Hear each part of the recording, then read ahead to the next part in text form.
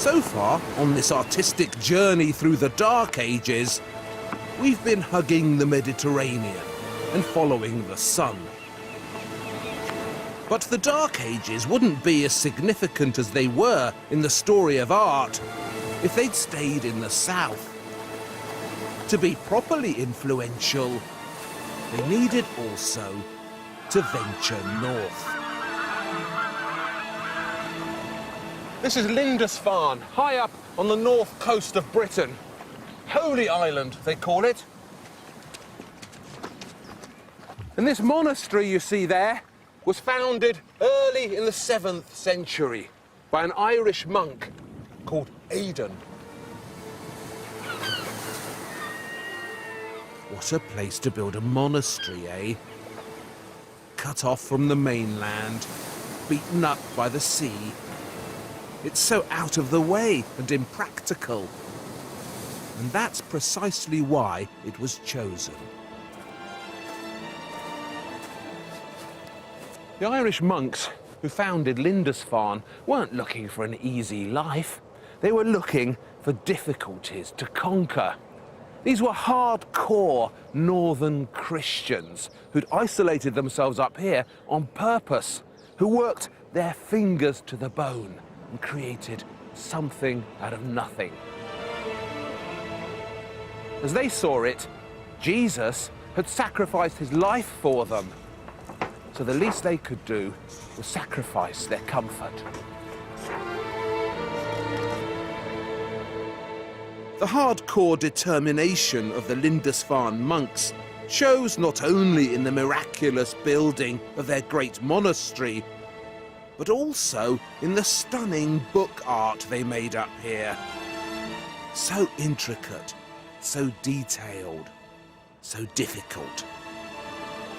And that's the thing about the North's contribution to the art of the Dark Ages.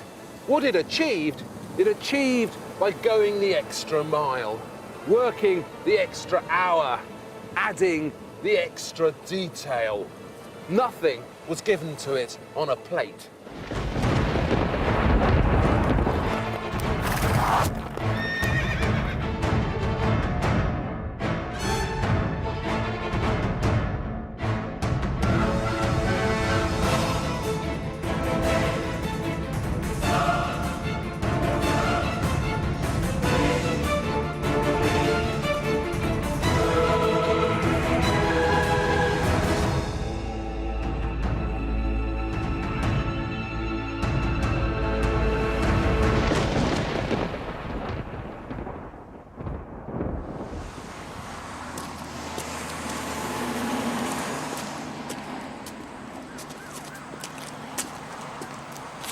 In this film, we're going to be looking at the Carolingians, Dark Age expansionists from France, whose huge empire gobbled up most of modern Europe, but who made art with exquisite finesse and richness.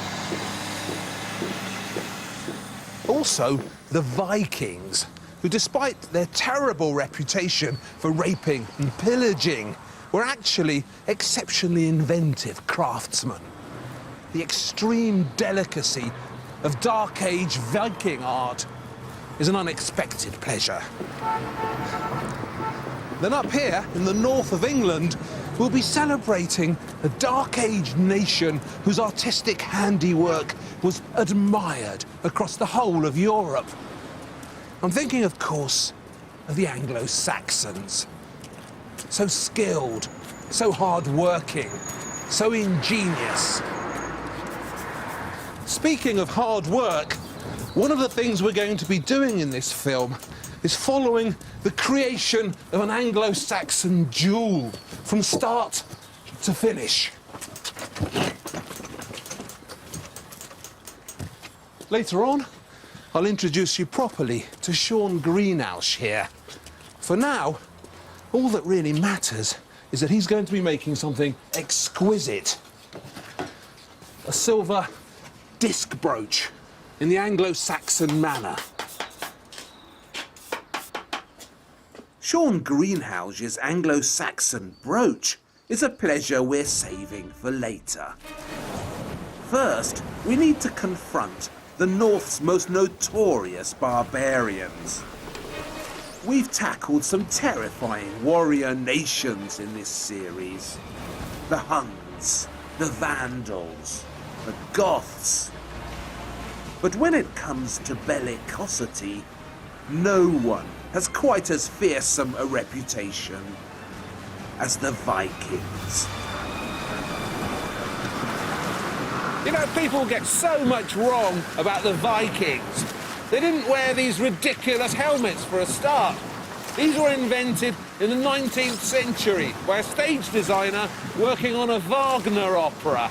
He had to make one of the singing Vikings look particularly evil. So he stuck the devil's horns on a helmet. And the Vikings have been lumbered with these helmets ever since. This is what their helmets really looked like. The only surviving Viking helmet in the National Museum in Oslo. The Vikings were particularly interesting because while all the other Germanic tribes headed south and became thoroughly Italianate, the Vikings stayed in the harsh and windy north, where they clung to the old ways. So they were a barbarian nation of a pure and exciting type. The Vikings were a living link to an older and deeper European past. There were forces at work in them that civilization hadn't dimmed. And that's what's so exciting about them. In fact, most of the time they were simple farmers, tending the land, keeping livestock, growing what they could. But in the lands of the Vikings, you can't go very far without encountering water. And this constant presence of the sea had turned them into superb sailors.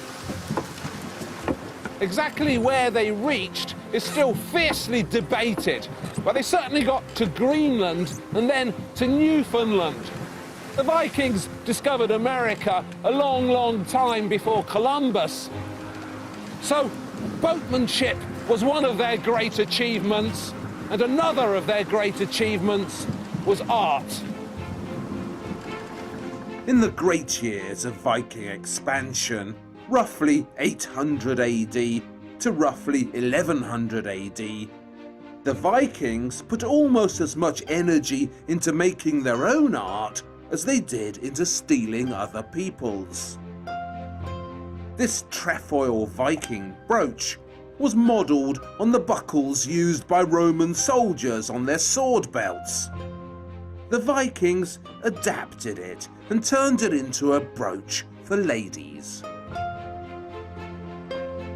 Much of what they made is so intricate and fine, it's difficult to see.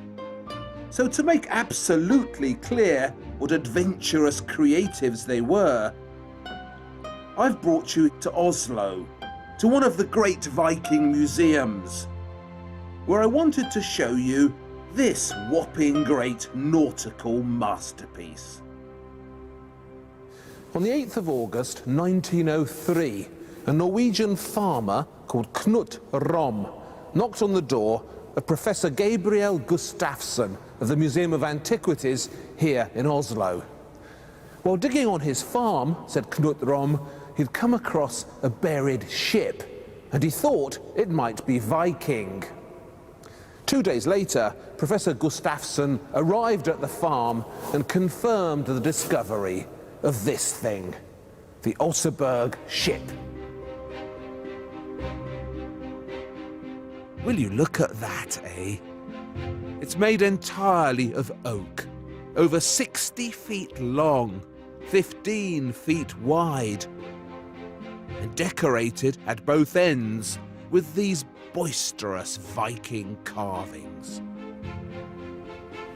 Inside the ship were 2 dead bodies, an older woman who may have been a queen, and a younger woman, probably her slave, who was buried with her. There were also 14 horses, 3 dogs, and an ox, all sacrificed together and buried with their master.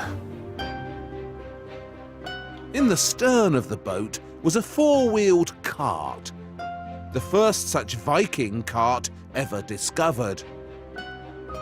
But no one seemed too sure what the weather was going to be like in heaven, because there were also 4 sledges.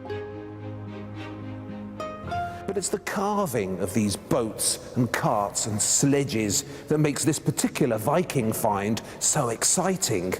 Look at the elegant line of this ship, how it ends so gracefully up there with the curved head of the snake.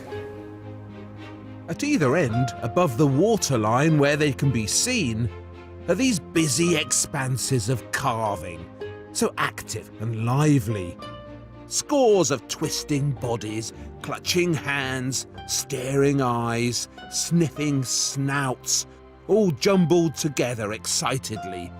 A gymnasium of animal acrobats tying themselves into knots.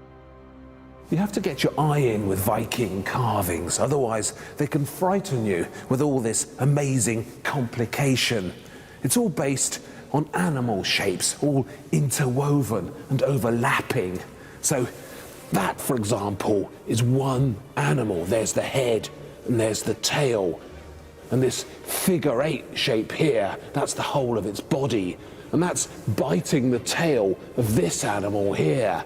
And that animal is biting the tail of that animal, and so on. So imagine the 3D vision you need to carve this, the steady hand, the computer brain. So if anyone ever says to you the Vikings were barbarous, grab them by the ear and tug them here to Oslo.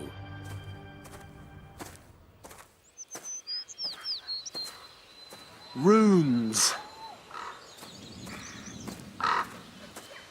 More runes. And still more runes. All over Scandinavia, Norway, Denmark, and particularly here in Sweden, you find these magnificent standing stones left behind by the Vikings, covered in wobbly carvings and all these runes. Runes are the bits of writing on the twisty snakes. You usually find them on Viking gravestones. These ones here say Girior loved her husband and remembers him with her tears. Because they're carved on these mighty stones and not written down on handy bits of parchment or vellum, there's a tendency to mythologize them, to see great truths in the runes. According to Norse mythology, the runes were found by Odin, the supreme god of the Norsemen, while he was hanging from the Tree of Life, the famous Yggdrasil. For 9 days and nights, Odin stayed in the great tree, waiting, hoping, until eventually the runes fell into his hands and revealed themselves to him. Odin passed them to us. Thus, from the start, the runes were associated with magic and the mysteries of the cosmos. This splendid story about Odin up in the trees and the origin of the runes is another example of the extraordinary power that words had in these fateful years. Words, letters, symbols seemed to mean so much in the Dark Ages. They were so loaded. They had such resonance.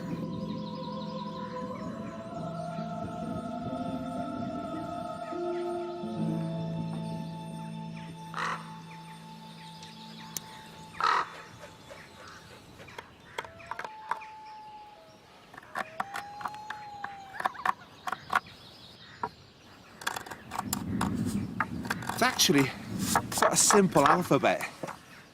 So this shape here That's a V sound. And that's an A, an L, and so on. So that says Valdemar. And in fact, this whole message is, here stands Valdemar in Viking land.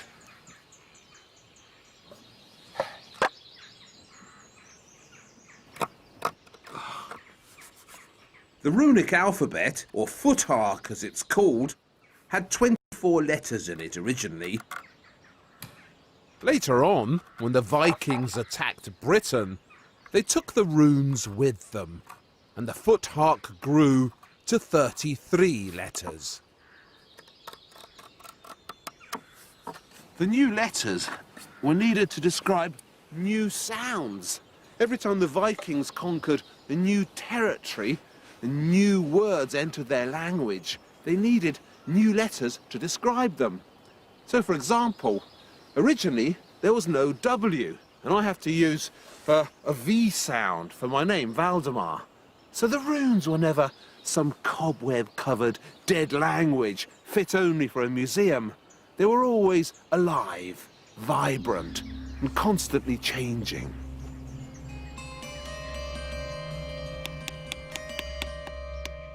What a good-looking alphabet it is, too. So energetic and upright.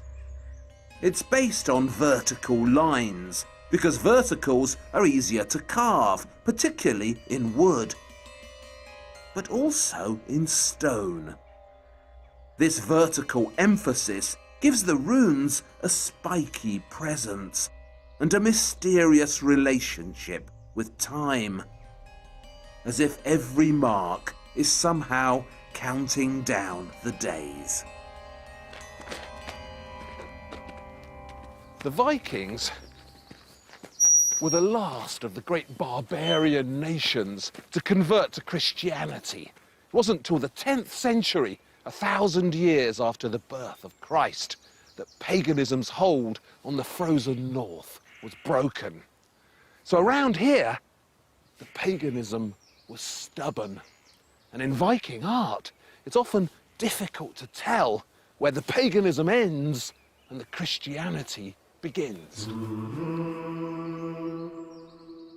This is the biggest and most famous of all Scandinavian runestones, the Yelling Stone. It weighs over 10 tons. It's 2.5 meters tall, and as you can see, the entire stone seems to writhe with energy. What a fabulous thing.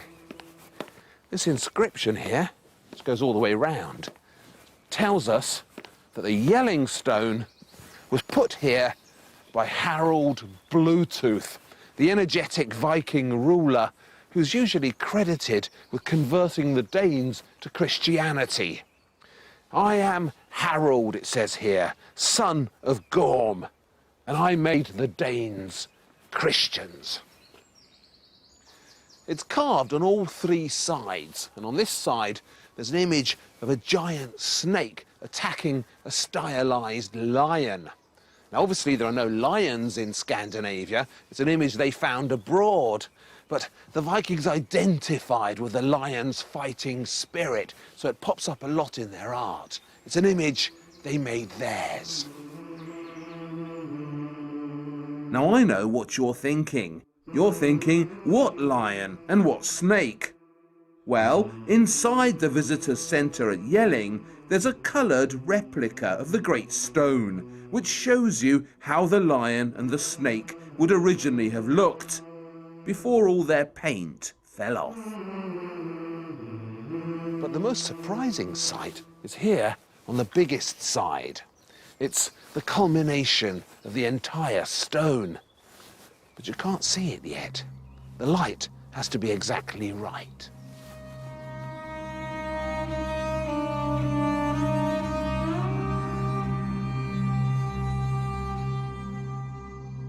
What you have to do is wait till the twilight begins to work its magic. Can you see it? It's a splendid Viking crucifixion. with this stern Christ in the centre, surrounded by all these writhing Viking knots. It's as if the whole stone can't keep still. And I like the way Christ hasn't actually got a cross. He's just standing there with his arms outstretched. So it's obviously another image that's been imported from abroad and is now being misunderstood so confidently.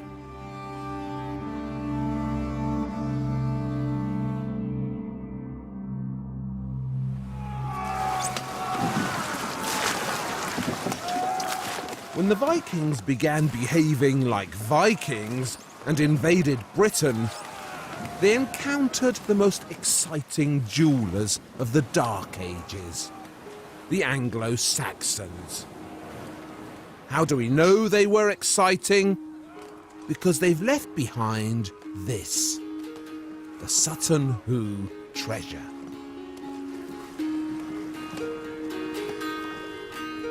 This is the finest hoard of Anglo-Saxon gold ever dug up in Britain. One of the great treasures of the British Museum. Just look at it. My legs go weak every time I see it, because it's in such excellent condition. Much of the art that survives from the Dark Ages has been battered by time, but not the Sutton Hoo treasure. In the finest pieces here, there's hardly a gram of gold bent out of place, or a garnet missing. The Sutton Hoo treasure was dug up out of the ground in East Anglia just a few weeks before the start of the Second World War in 1939. So it couldn't be investigated properly till after the war was over. And what a torture that must have been for the waiting archaeologists. The treasure dates from around 620 AD and comes from the grave of an important East Anglian king. The king was buried in a ship, his transport to the next world. And all this was buried with him to serve him in the afterlife. These bits of sword here and the helmets mark him out as a mighty warrior. You wouldn't want to get on the wrong side of this man in heaven.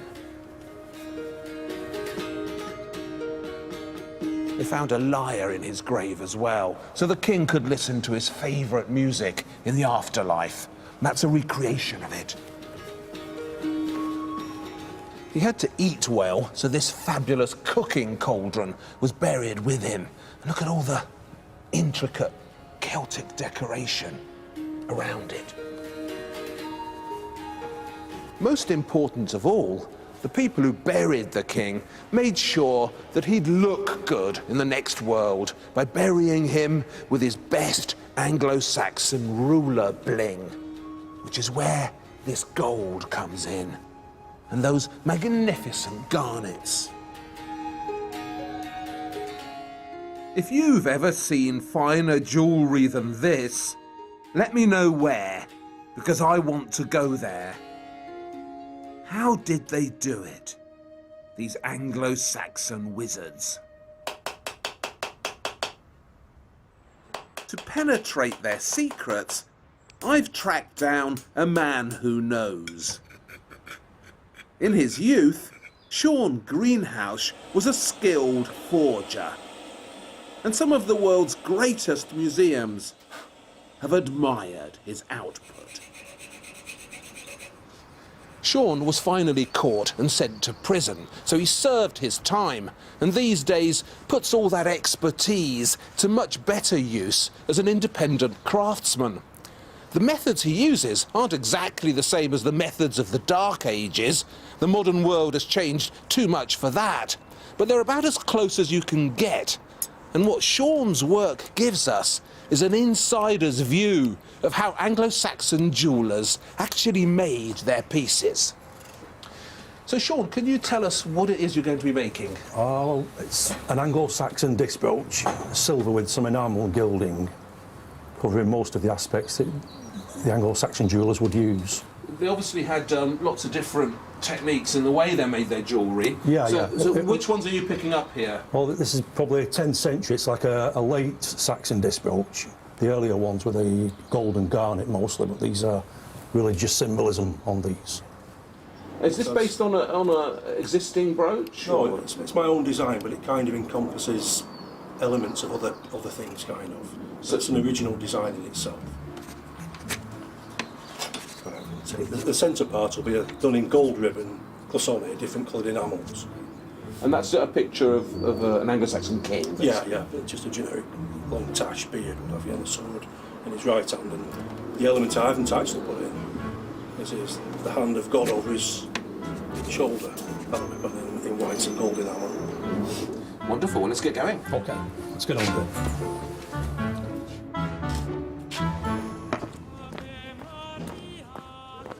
The delights of Sean's Anglo-Saxon disc brooch will have to wait. First, we need to cross the Channel and search out those powerful Dark Age creatives, the Carolingians, rulers of the Franks. The Franks were the ancestors of the modern French. Originally, they were Germans, just like the Anglo-Saxons. But they arrived in Gaul on one of those expansionist barbarian waves that we saw in film 2. And early in their story, the Franks converted to Christianity, and they became particularly fierce defenders of the faith. Plenty of Dark Age societies liked their art to sparkle. A taste for gold is one of the Dark Age's defining characteristics. But when it comes to religious bling, the Frankish Christians were top of the charts. If you've ever wondered why the French sometimes conduct themselves as if they were the chosen people, it's because that's exactly what they thought they were. In 732 AD, the Franks, led by the heroic Charles Martel, Charles the Hammer, defeated an invading Muslim army which had come up from Spain hoping to conquer Europe. The Franks believed God had chosen them to save Europe from Islam.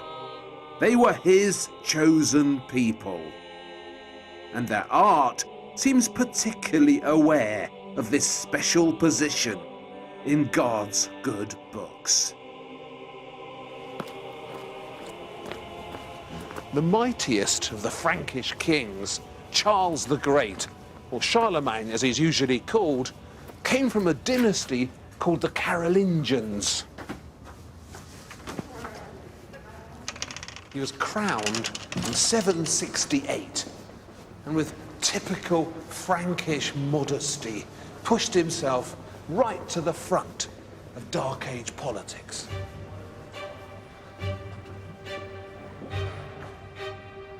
Charlemagne was determined to expand the Frankish Empire.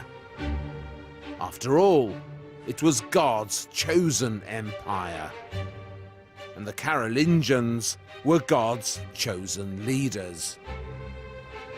And this expansion of Charlemagne's Christian empire was achieved with deep brutality.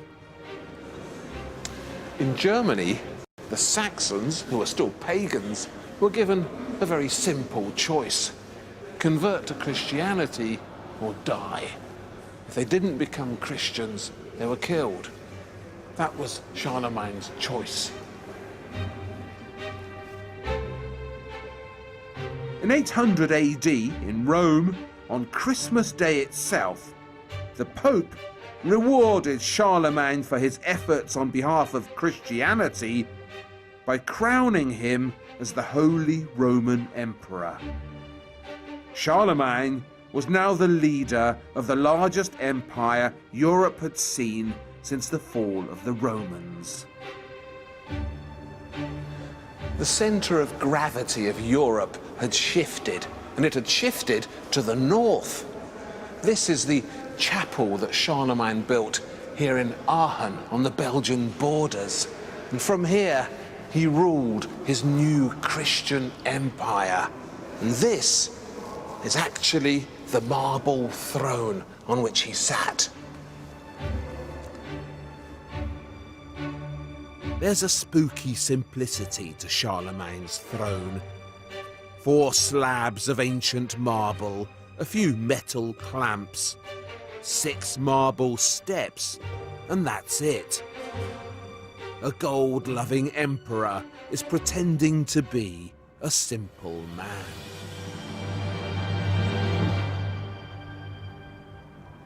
Charlemagne began building this chapel in 786 AD, and at exactly the same time, in Spain, the Muslims were building the great mosque in Cordoba, which I hope you remember from the last film.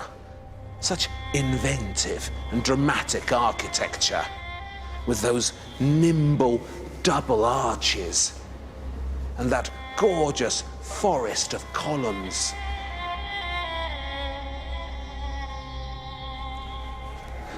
Charlemagne's chapel, this chapel, was intended to be a deliberate riposte to the Muslims, a Christian answer to the Cordoba Mosque. Look up there at the arches and see how they have these alternating bands of colour, just like the arches in the Cordoba Mosque. But in Aachen, the stripy arches don't float or soar. Nothing does. This is architecture drawn with the biceps, not the wrist. Effortful and ponderous. I don't like this building. It feels brutal, clunky. This round shape was based originally on a Roman mausoleum, and you can still sense the doomy and cold atmospheres of the mausoleum in here. Gloomy, expensive, intense. Frankish Christianity bulldozes the senses. But it doesn't really pleasure them. At least I don't think so. In the battle of the northern Christians, give me Anglo-Saxon art any day.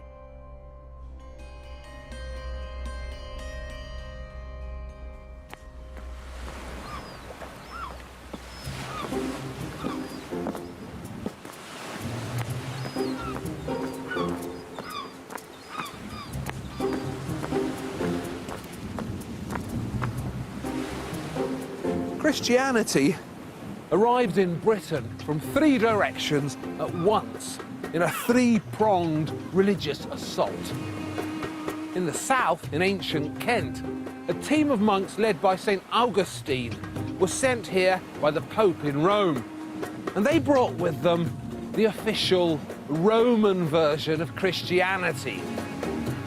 Up here, in the north of Britain, it was Irish monks from across the sea who came over to convert the pagans. And they brought with them a harsher, more basic, more penitential form of Christianity. They deliberately built their monasteries in difficult locations, and where they produced glorious art with an ecstatic and insistent tone to it, like the chanting of a great monk's choir. The third type of Christians found in Anglo-Saxon Britain were the ones who were already here. Remember in film 1 how the Romans converted to Christianity under Constantine, and how one of the earliest known Christian house churches was found in Roman Britain, in Lullingstone, in Kent. We don't know much about these existing Christians. They were a modest Christian presence. But perhaps tiny droplets of this modesty were thrown into the melting pot as well. So the Anglo-Saxons would have had wood-heated kilns, or? A charcoal brazier, I should imagine. This is the silver I'm going to make the brooch out of.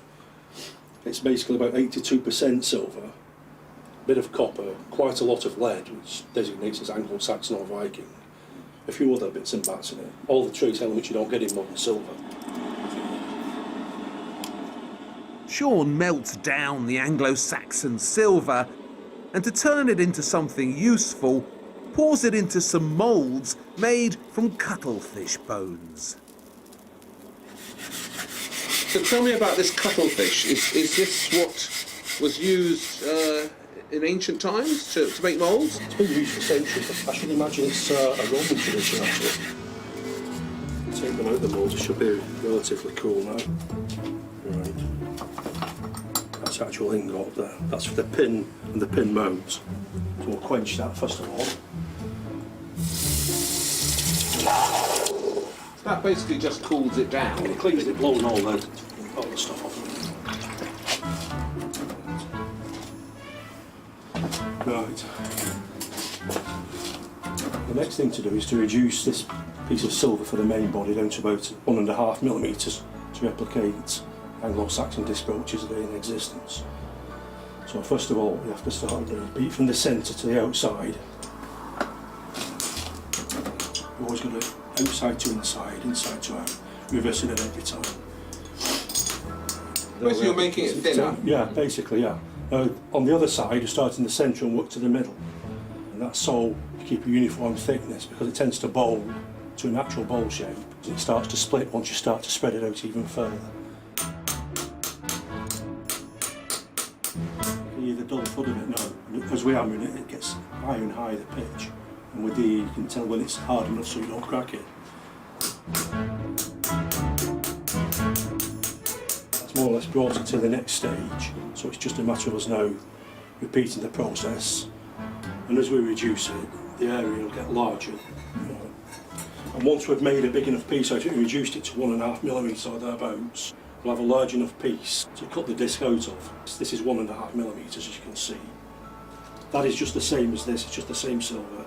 When I've worked on it, it'd take about 2 days work, hammer work, and a lot of ear bashing, falling out with your neighbours and what have you to get it to that. So we'll start on with this now. I mean, that is the basic shape of the brooch, is that right? Basic shape of the brooch.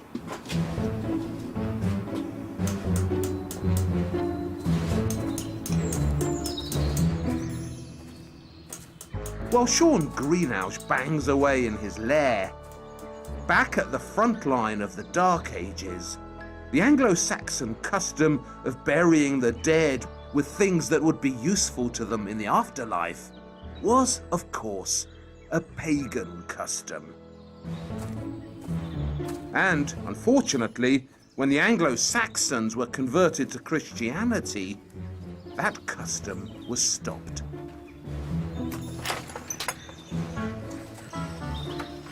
In a Christian burial, you buried the body and that was it. So nothing as sumptuous as the Sutton Hoo treasure has survived from the Christian era. Instead, we get another kind of Anglo-Saxon treasure. It's a treasure made of granite and limestone. The resilient, spiritual treasure that is the Anglo-Saxon funeral cross. Earlier on, we saw how the Vikings commemorated their dead with these mighty standing stones covered in runes.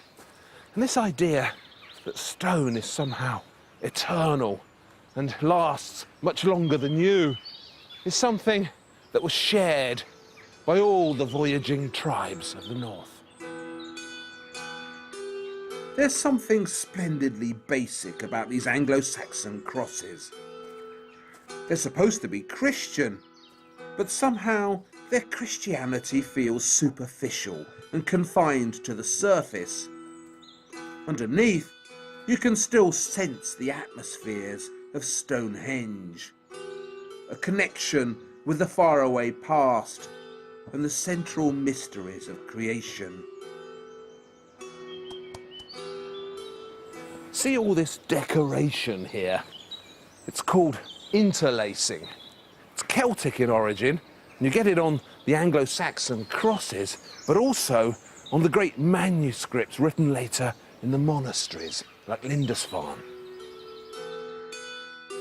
A lot of people have written a lot of books on the subject of Celtic interlacing, what it means, why it was used.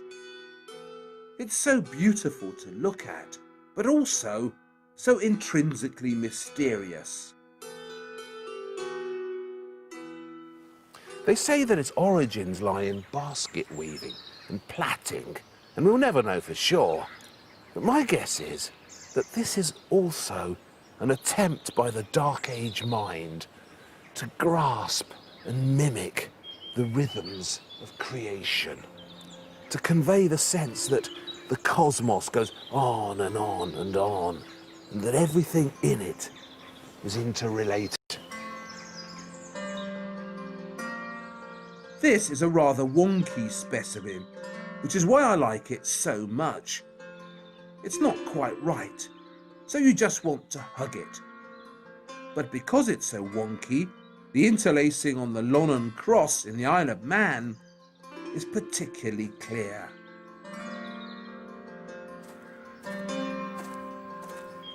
We're going to be seeing a lot of this Celtic interlacing in the marvellous manuscripts that are coming up. So I just wanted to show you quickly how it was done.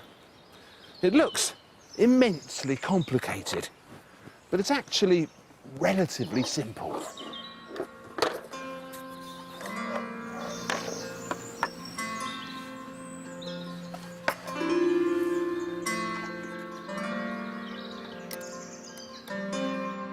So first you need to mark out a grid.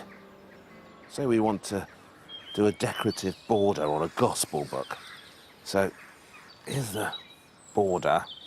And we know from unfinished bits of manuscript that the monks have left behind that the way they did it was to make this grid with dots to guide them.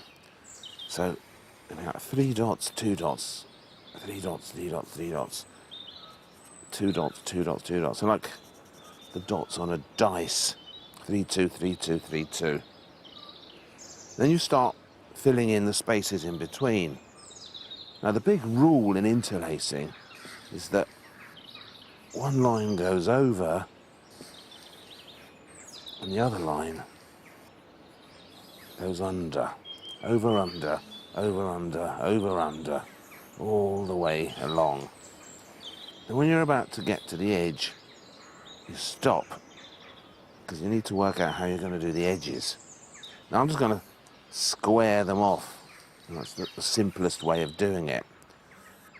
But they also did all these elaborate things. They'd leave out bits of the pattern and create this kind of asymmetrical symmetry. It's too complicated for me, I'm afraid. And then once you've got your over, under, and you start to fill in the bits of the background. Red and black.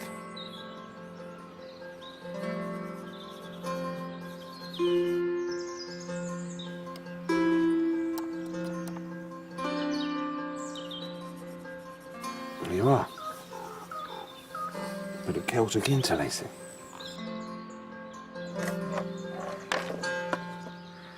So I've done this very big because I've got insensitive and stubby fingers.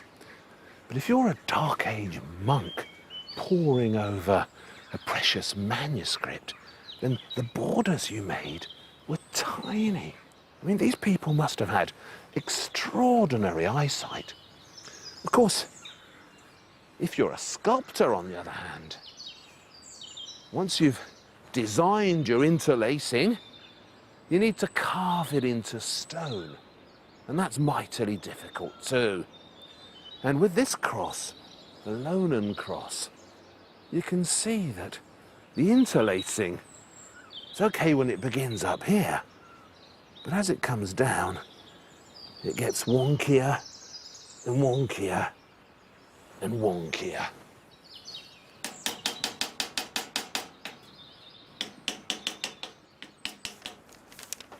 Back in Bolton, Sean Greenhouse has engraved the symbols of the four evangelists round the edges of his silver brooch. And he's now ready for the really difficult bit in the middle. The Anglo-Saxon king, created so carefully with cloisonné enamels.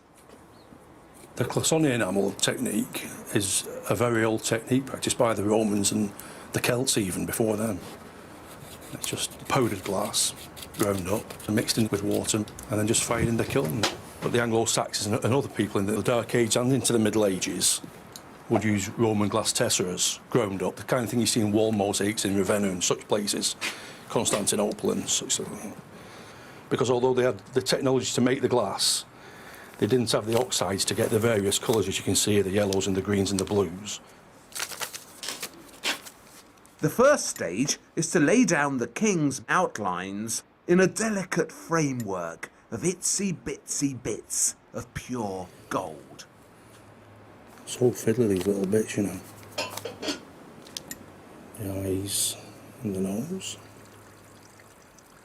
Then the really tough work begins. Getting the powdered glass into this labyrinth of gold cells. Right. Yeah, we're just filling in the background now, the dark blue. It's always better to get the background in first, the largest area, to fill the largest area, and it kind of holds most of the wires in position then, so you're not pushing everything about. So careful you don't drop any into the other cells, but otherwise it all has to be washed off if you do that, you know. Start again. It's right, just got to work out the colour schemes now. I think the yellows can go in next, so I'll mix some yellow. Right, here we go. Now, see, this is the difficult part to fill the small pieces because of just touching them with it, the surface tension tends to like glue them to the damn brush. So slowly does it, I think.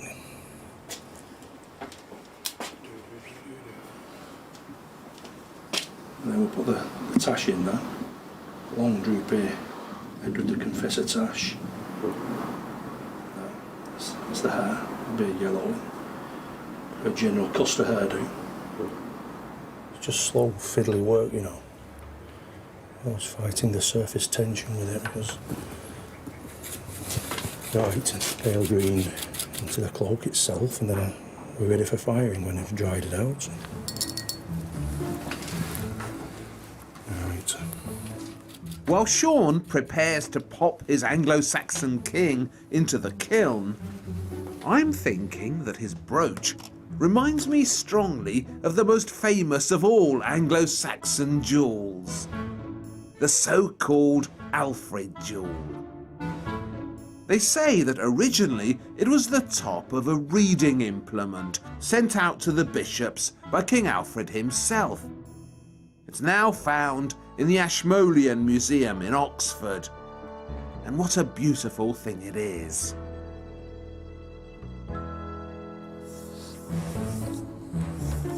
So this style of brooch is obviously a late Anglo-Saxon. Yeah, is it? probably 10th century, I should imagine, yeah, in design. I mean, a lot of people always say that the Anglo-Saxon jewellery was at its peak earlier than that. They think of the Sutton Hoo hoard. Yeah, the garnet stuff and the garnet jewellery, the gold and what have you. That's right. Fashions change, I suppose. I prefer the later stuff. I think it's far more elegant and there's far more to it. Anyway, that's the cloisonné finished. Beautiful.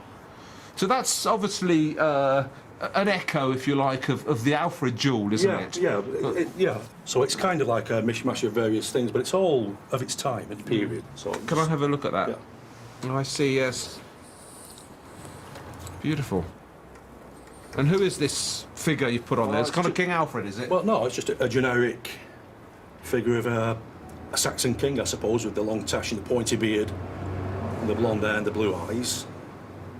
Beautiful. Kind of very like to portray themselves, I should imagine. So, anyway, we just have to get on now and assemble it. Yes. So that we'll do that next, shall we? Yes. Right. First thing to do is put the crystal into the silver gilt collar, and that just drops into there. And then this piece will be riveted on the back with these little rivets, gilt-headed. So, Yes. so I'll put them in now. It's a little bit fiddly, this. Yes.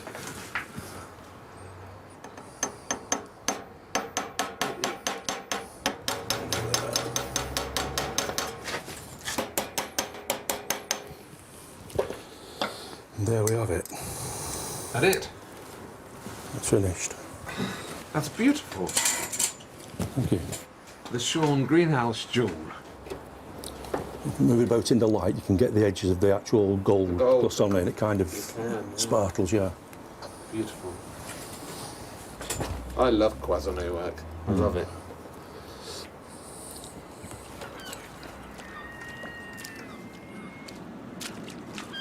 Up in the harsher corners of the Anglo-Saxon world, the Irish monks who converted the north of Britain were deliberately cutting themselves off from life's little comforts. Exiles for Christ, they called themselves. Lindisfarne up there, where the monastery was founded by St. Aidan in 635 AD, was deliberately out of the way, secluded. When the tide was out, the only way across was along this path here, the Pilgrim's Way it was called, marked out with these wooden stakes. But if you were coming from the other side of the island, from the sea, then Lindisfarne wasn't cut off at all. In fact, it was very tempting. The Viking raids on Britain, which did so much to tarnish the reputations of the Norsemen, began with a raid on Lindisfarne in 793. And for the next century or so, the Vikings kept coming back. Monasteries were easy pickings. They were basically undefended, manned by peaceful monks. And they were packed with sumptuous religious treasures and excellently positioned for Viking raids. The monasteries of the Dark Ages were Aladdin's caves of treasures. Jewel-encrusted relic boxes, golden crosses studded with rubies and pearls. We live in a world in which Louis Vuitton luggage and Jimmy Choo shoes seem precious. In the Dark Ages, they knew better.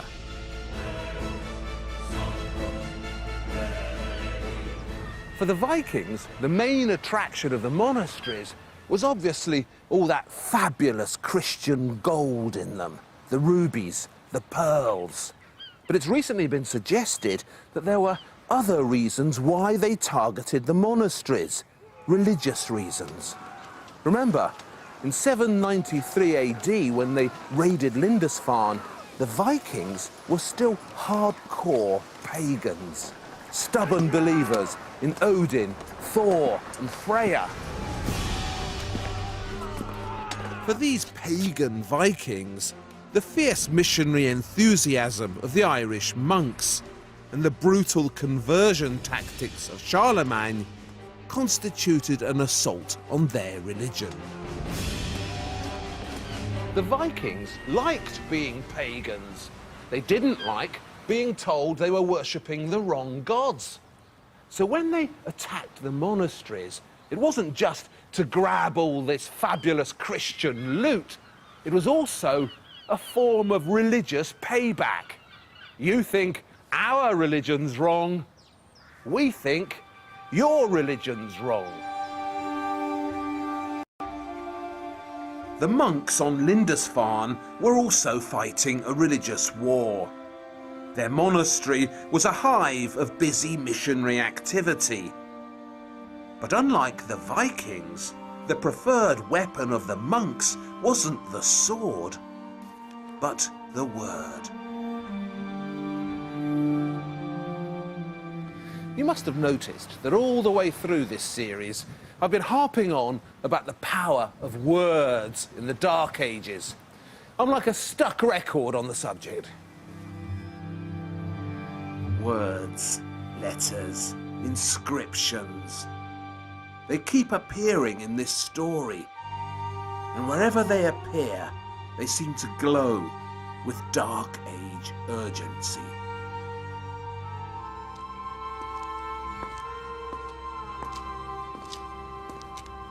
If you controlled the word in the Dark Ages, you controlled the world.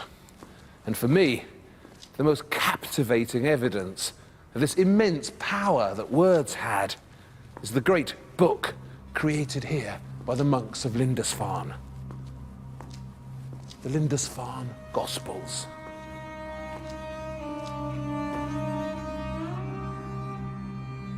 This isn't just one of the great masterpieces of British art. This is one of the great masterpieces of all art. Written and decorated on Lindisfarne by a monk called Edfrith, the Lindisfarne Gospel contains a calligraphic cosmos of exceptional vitality. It contains the 4 Gospels of the New Testament, the story of Christ as told by Matthew, Mark, Luke and John.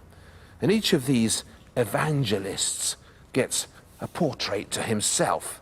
So there's St. Matthew writing his Gospel, and it says Matthäus, Matthew, up here.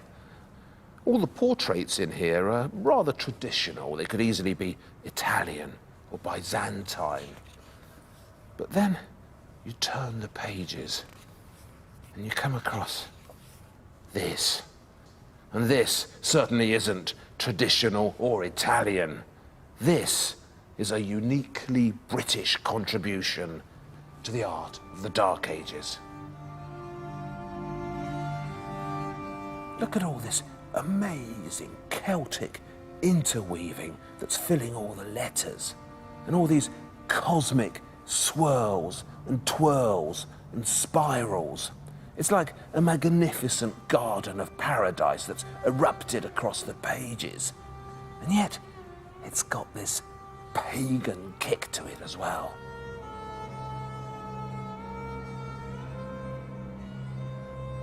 This is St. John, the writer of the 4th Gospel. That's his portrait.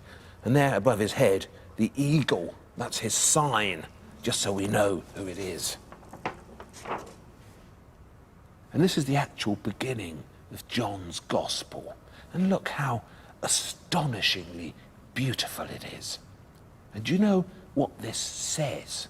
What all this amazingly complicated interlacing and all this cosmic calligraphy, do you know what this says? It says, in principio erat verbum, et verbum erat apud Deum. In the beginning was the Word.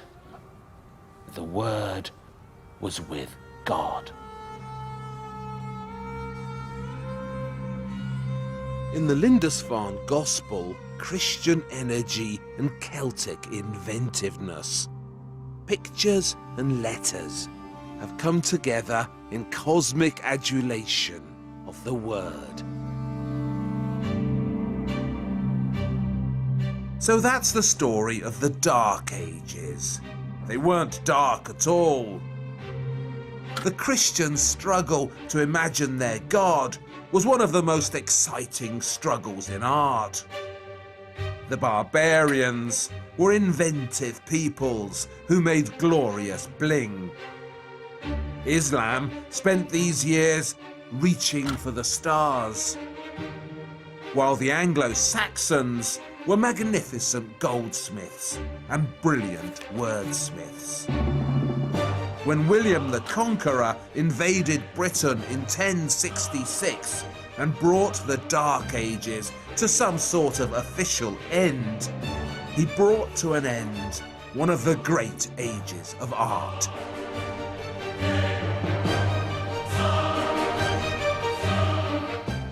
Stay with us. The Dragons are feeling festive as well as fiery here on BBC HD in a few moments with a Christmas special.